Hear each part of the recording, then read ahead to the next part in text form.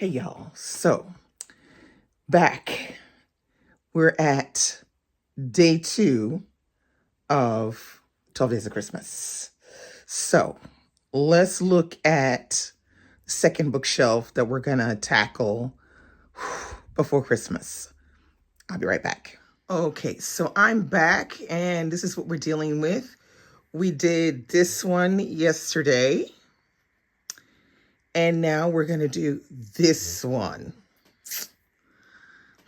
So I picked a shorter one today because I got a lot going on. But the rest of the days, it's going to be work, work, work, work, work. Oh my God, look how full these are. Yeah. Okay, so let's get started with seeing what is that exactly on this shelf. Okay, let's go. Okay, so I'm back. I've got the books. If I look different in this video, it's because it's a different day. Because your girl be filming every chance she gets. Okay, so I've got the books. There are not very many here, but that's okay because it's one of those days where I don't have a lot of time to film. All right, so we're going to start with the first book on bookshelf number 2, and that is Home by Toni Morrison, which I have read. And I loved. I really did like this one. I would have liked this one to have about maybe 50 pages more. And I would have loved it. But I really do like it a lot, this one. So Home. So yes, I'm keeping this one. And I love this cover. And look at Toni. We miss you, Toni. All right. The next book is this one right here.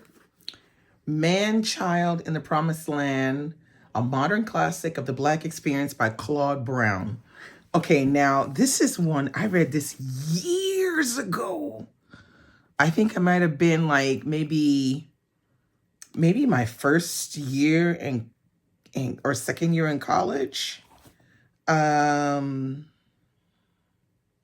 Yeah, it's been a minute. It says Claude Brown is a Black man who made it out of the ghetto, who pulled himself up from Harlem, from the gang wars, the crime, the dope pushing to become a law student at one of America's leading universities. Man, Child in the Promised Land is his story. It is one of the most extraordinary autobiographies of our time. And yeah, it really is. I remember reading this and finding it very inspiring and very moving, and it's definitely one you should read. It's an old classic autobiography that I think should be read even today, you know, because yeah, and this was back in the day copy. It was, how much was this copy? This copy was, come on, $4.95. $4.95. Yes, those were the days. All right. Next book I had on my shelf was A Mercy, also by Toni Morrison, which, yes, I have read, and I absolutely love this cover. I read this one as well a long time ago, and I did like this one a lot. I think I gave it 4 stars. There's some really interesting writing techniques that she does in this particular novel that I really like. But this is a novel where Toni Morrison does sort of like a juxtaposition of the different types of slavery that was gone. So you had like the indentured servant, and then you had the enslaved Black people. And then you have like the role of the white woman. This is a really interesting one. I would definitely get into reading this one a second time to get even more out of it. But I quite liked the writing technique in here quite a bit. So that's not too bad. 3. I've read 3. Yay. All right, here we go. Next one is Welcome to Braggsville. This is by T. Geronimo Johnson. Now, this is an author that I have been very interested in getting into.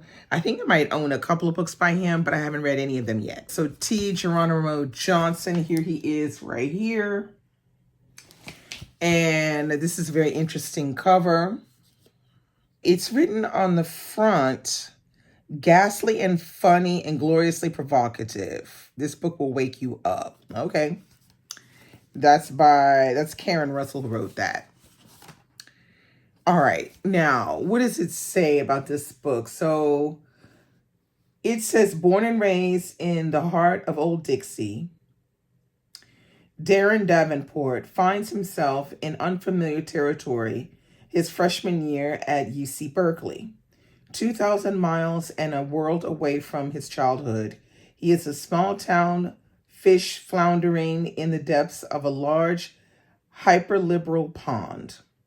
Caught between the prosaic values of his rural hometown and the intellectual, multicultural cosmopolitanism of Berserkly, in quotes, the 19-year-old white kid is uncertain about his place until one disastrous party brings him three idiosyncratic best friends: Louis, a kung fu comedian from California; Candace, an earnest do-gooder from Iowa, claiming native roots; and Charlie, an introspective inner-city black teen from Chicago. They dubbed themselves the Four Little Indians. Okay, now I can see why I bought this one, but I'm gonna need to get to it. So that's this one. I need to read it, and I'm keeping it. Okay, the next book on my list is this one, which I cannot believe I have not read this one yet. Oh, The Awkward Black Man by Walter Mosley. This one, yeah, I don't know. When it came out, I picked it up and I said, oh, I'm going to pick it up now. I'm going to read it. Did not read it. But this is a short story collection. And that's probably why I haven't picked it up. I have this thing with short story collections. I don't usually, get along with them. So that's probably why I didn't pick this one up right away. All right. The next one. I'm sure we all have a copy of this at our house. And some of us have not read it yet, and I have not read this one. A Promised Land by Barack Obama. Now, this one is quite the chunker. This book is coming in at like over 700. I think it's over 700 pages. 701 pages. I still have not read it, but I plan to. I'm just not sure when. I heard he's supposed to have a part 2 to this, but I'm thinking, damn, what else he got to say? Because 701 pages, this is no, light feat for an autobiography. So, especially a political one. So to say there's a part 2, I don't know.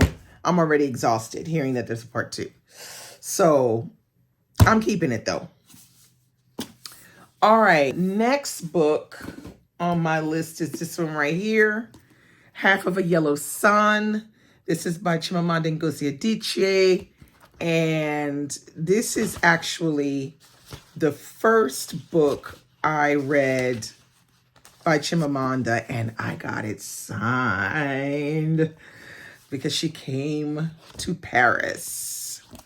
So this book is really good. This is a historical fiction which situates some main characters around the Biafran War that took place in Nigeria. This is a beautifully written book. I highly recommend, if you've not read this one, because I know a lot of people don't really talk about this one. They usually talk about some of her other books. But this one is very, very interesting. And I think one of the things about it that makes it very interesting is that she situates a love story amongst this war. And I remember people saying, oh my God, why is there a love story in there? We don't really need that. And I beg to differ, because war in a country, especially a war like that, which is like a civil war, it brings out a lot of trauma and difficulty between families, between lovers. I feel like this book really is something that you should read and get into, because she's saying a lot and talking about a lot of themes in this particular book. So, Half of a Yellow Sun. All right, next I have this one right here, which is Purple Hibiscus, which is, I think, her first novel. I still haven't read this one yet. This is a little bit about like a father-daughter relationship. the control of the patriarchy over family members, female family members, and just children and all the rest of it. It's supposed to be also one of her really good books as well. Now I'm hesitating. I'm not sure which one of these is the first one. I don't know if it's, I think this one might be a first one. This one might be the second one. I'm not sure. Whatever.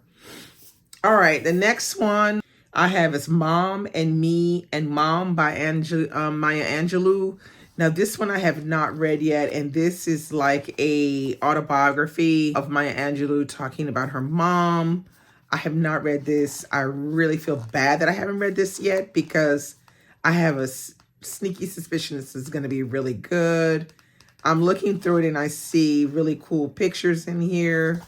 Like, look, there's this picture here. And here's another one here. Yeah, so this is one that I need to get to, make an effort to get to this one. And I will not wait too long either because I should have read that by now. All right, the next one I have on my list is this one right here, The Bluest Eye by Toni Morrison. And I love, love, love this old, look at this, look at it, look at this. Oh, I love this particular edition. Now, this is an old edition. It's got deckled edges, and it's got the Queen Toni Morrison behind, looking hot and like the queen she was. This one I think everybody knows, The Bluest Eye. It's a very powerful, poignant, sad book. And if you have not read it, I highly recommend that you read it. I don't know if you could get this cover. I wound up getting this one on, I think it was on A Books. And yeah, so that's that. All right, the next one I have is this one, Chimamanda Ngozi Adichie's The Thing Around Your Neck. This is another short story collection. This is probably why I haven't read it yet, because it's a short story collection. I just don't do well with them. But I think I'm going to make an effort for these short story collections because I got to get over this. Maybe I should make like a one of my reading. Oh, wait, what is this? This is, I'm not really sure what this is. Oh, this is a ticket. It's a ticket to pay the parking. A long time ago, though. I think I maybe need to make an effort. So maybe make a reading challenge for next year to read at least 5 short story collections. Because I start to realize I have more of them than I actually think I do. So already here, there's 2. All right. Next book on my list is this one right here, which is Americana. As you can see, I have read it. I read it as soon as it came out. And I absolutely love this brown paper bag looking edition. This has a lot of connotations. I really love it. This one as well was signed by Chimamanda. Okay, so everybody knows what this one's about. I don't need to talk about it. You know what it's about, and I've read it. All right, there you have it. All right, next book on my list is this one right here, which is called The Lydia Steptoe Stories. Now, this is by Juna Barnes. This little tiny book, and look how tiny it is. Technically, it has 41 pages, and it's full of these little short stories. Now, I did read Juna Barnes's book. Oh, I read it on my podcast. I cannot remember the name of the book right now. I'm a pop it below when I can think of it. But I'd forgotten that I had this one. And you know why? Because on the shelf, it was literally like this. I couldn't see it. It was only when I took the book away that I saw it was there. So this one, I'm going to have to make an effort to put it up front somewhere where you can actually see it. Now, am I going to read it? Yes, I'm going to read it just to see what it's like. But you know what? If I don't like it, I'm going to be giving it away. I mean, it is what it is. All right. The next book on my bookshelf was this one, Real Life by Brandon Taylor. This is a book that I read when it came out. You can't really see, but there are some tabs in there. I personally did not enjoy this book at all. I found it to be very much a painful read. And it's mostly because the storyline was not to my take. It wasn't to my taste, because I felt like it was painful to read, because the main character was not, it didn't feel like, to me, the main character was able to analyze correctly what was happening to him and be able to deal with it. Even once, like once you in the beginning, you can make a mistake, but if you keep making the same mistakes over and over again and not really learning from them, it starts to be really painful to read. Now, this is a story about a Black guy. I don't remember what his name is. Wallace, I think. And Wallace is a grad student in some predominantly white universities in a state that's so predominantly Iowa. And he's like some kind of engineering, grad student. And he is the only Black student in this particular department, and there are no Black professors either. So he's on his own, this young Black man. Ugh, it's so cringy. I'm getting rid of it. I just didn't like it. I didn't like it. All right, the next book that was on my bookshelf is this one, The Pull of the Stars by Emma Donoghue. This one I absolutely enjoyed. Although careful, there are some difficult scenes to read of women having babies. But I did enjoy this book. It's supposed to be Dublin 1918. And it's following a main character called Nurse Julia Power. And she's working in an understaffed hospital. Oh my goodness. This one is really, really good. Short book, but a very interesting book. It's a very interesting look into, delivering babies at a time period where they don't have a lot. And in this particular hospital, it's understaffed, so the knowledge isn't really there. And also the fact that male doctors are believed as knowing what's best, when in fact they really don't. They really don't. They really don't in this one. But I highly recommend this one. This is a really good Emma Donoghue. I like her writing. She also wrote a book called Room, which I also really, really like. Yeah, highly recommend. Next is Love by Toni Morrison. Now, this one I have not read yet. Love this picture of Toni again. And this one is supposed to be, I think, like a love triangle situation. It says May, Christine, Heed, Jr., Vida, even Lee, all women obsessed with Bill Cozy, the wealthy owner of the famous Cozy's Hotel and Resort. He shapes their yearnings for father, husband, lover, guardian, and friend. Yearnings that dominate the lives of these women long after his death. Yet, while he is either the void in or the center of their stories, he himself is driven by secret forces, a troubled past, and a spellbinding woman named Celestial. This audacious exploration into the nature of love, its appetite, its sublime possession, its dread, is rich in characters, striking scenes, and a profound understanding of how alive the past can be. A major addition to the canon of one of the world's literary masters. Yeah, I'm just going to have to wait and see how this one works for me. I just haven't heard anything good about this one. I mean, nothing good have I heard about this book. So I'm a little worried. But I have to admit, I'm more of a fan of Toni Morrison's earlier works. Those speak to my spirit more, and I like the way they're written, and I'm interested in the characters. Her later work is, a little bit like this. All right. The next book, if I can pick it up, is called Daughters of Silence by Rebecca Fiscia. Fiscia, I think it is. Now, this book, sadly, I have not gotten a chance to read yet. She is a Canadian writer, and I think she's of Eritrean, origin. And sadly, I have not read this yet, and I think this was her debut.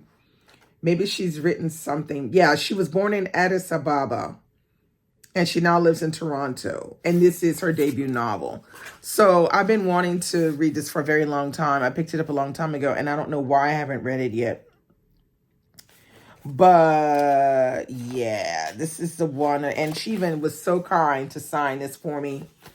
So I'm definitely going to put this on my list to maybe read in 2025.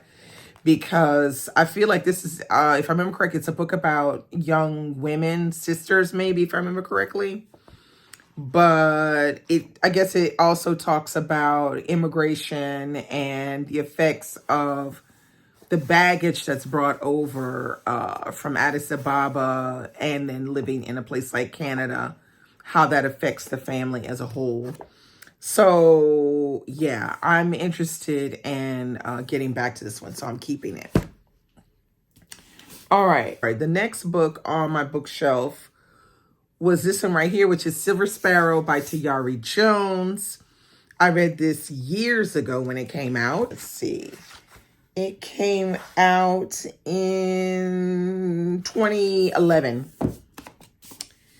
Came out in 2011, and this is a book about the legitimate family and the illegitimate family. So you have on one side of the town, the family, the mom, dad, and the daughter. And on the other side of the town, you have the man's lover and love child, I guess you could say. And this book was, I think I gave it about like a 3-star. And it was mostly because the first half of the book, or maybe even a little bit more, maybe the first 60% of the book, I was very interested in the book, and it was dealing with the lover and the daughter living on the other side of town. And then the second half of the book switches to a different voice. And I was like, I don't care. I really don't care. And I read all the way through to the end, and I was just nonplussed about the second half of the book and the ending. I just was like, yeah, okay, whatever. So this one, I don't know if I'm going to keep this one or not. I'm on the fence. I think I'm going to keep it because, yeah, it's Tayari Jones. So I'm going to keep it, even though I probably won't reread it. Now, who knows? Maybe later on, I'll find a way to shove it off my bookshelf. Now, the last one is this one right here, which is Cane River by Lalita Tatamy. And this one, I think I've tried to read at least once or twice and just have not, for some reason, been able to get into it. I'm not sure why. I'm not being able to figure out why. But it has this lovely map on the inside. There she is, Lalita Tatamy. Let me just show you what it's about. It says, a unique accomplishment. This is history never before told. An epic novel of 4 generations of African-American women. A work based on one family's actual meticulously researched past.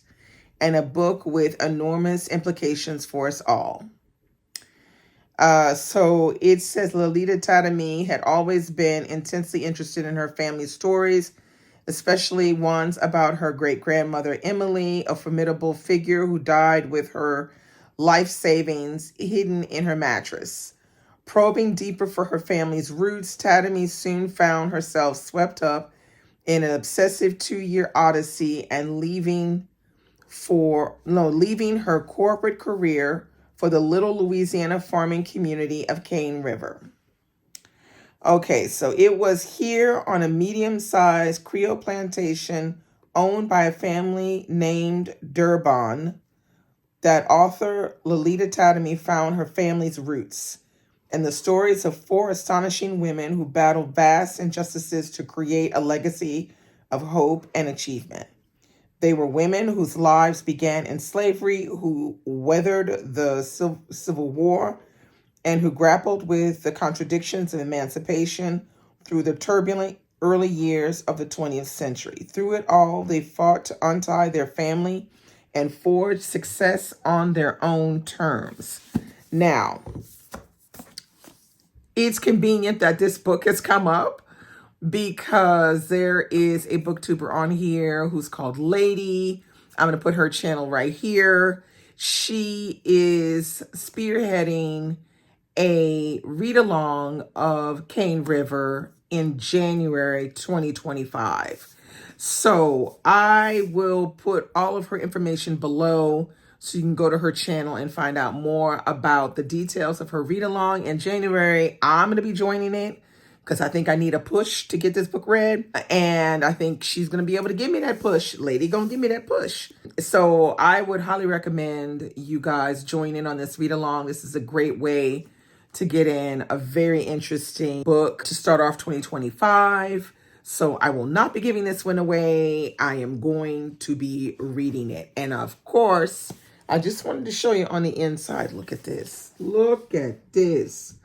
It has like a little family tree situation going on. And, oh, wait, look.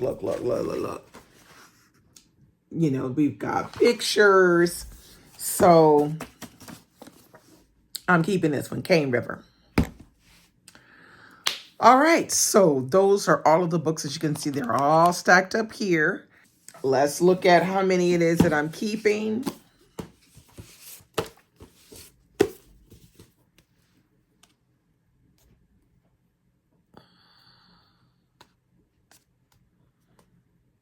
Looks like I'm keeping everything. It's 18 books. I think it's 18 if I include the one from Juna Barnes that's really tiny. So it looks like I'm keeping everything here. I'm not giving anything away. So yeah. I have read more here than I did on the other shelf that we did yesterday. So I'm not mad at this one. Comment below. Let me know what you thought about this bookshelf. Have you read any of these? Would you read any of these? Are there any of these you wouldn't read? And yeah, encourage me to read some that I haven't read. So that's all I have for you today. I will be back tomorrow with bookshelf 3. Bye.